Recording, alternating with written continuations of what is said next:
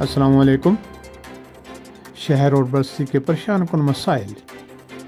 نظام زندگی میں بعض اوقات ایسے مسائل کا سامنا کرنا پڑتا ہے جو کہ نہ ختم ہونے والا سلسلہ انتہائی تکلیف دہ پریشان کن ہو جاتا ہے۔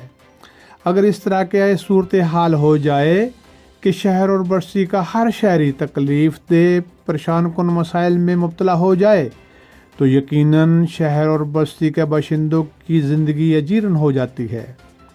شہر اور بستی کی موجود آبادی میں بچے، بوڑھے، بچیاں، بچے اور مرد و خواتین سمیت دیگر جاندار بھی موجود ہوتے ہیں جو کہ لازمی طور پر متاثر ہو جاتے ہیں۔ کسی ایک شہر بستی کے ایسے تشویشناک حالات قابل حل ہو سکتے ہیں۔ صد افسوس پوری قوم کی زندگی آفت زدہ ہو جائے تو فوری حل لازمی ہے۔ اہل اقتدار کو بخوبی علم ہے کہ قوم اور ملک کی خوشحالی کیسے ممکن ہے۔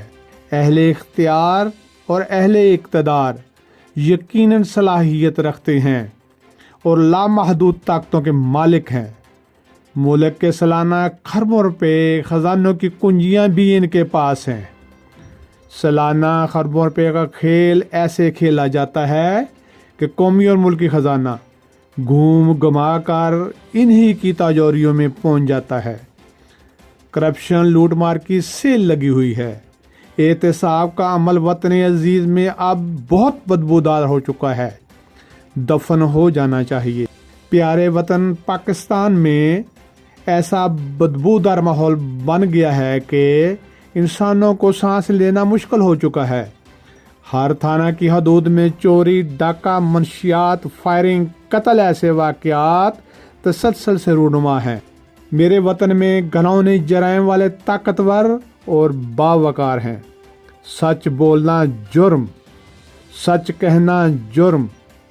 لوگ کہتے ہیں شہر اور بستی کے لوگوں کو غیر منصفانہ، ظالمانہ بل، گیس اور بجلی تو باقاعدگی سے مل جاتے ہیں، مجبوراً بر وقت جمع کرانا پڑتے ہیں، اس امید پر کہ حالات مستقبل میں بہتر ہو جائیں گے۔ بے روزگاری، مہنگائی، منشیات اور چوری کی وارداتوں نے عام شہریوں کے دن مشکل ترین اور راتیں بے سکون کر رکھی ہیں۔ اہل اختیار اور اہل اقتدار کمیشن کلچر کی بنا پر ملکی اور قومی کھربوں روپے خزانے کی لوٹ مار کر رہے ہیں، لیکن عوام کے دکھ درد کو محسوس نہیں کر رہے۔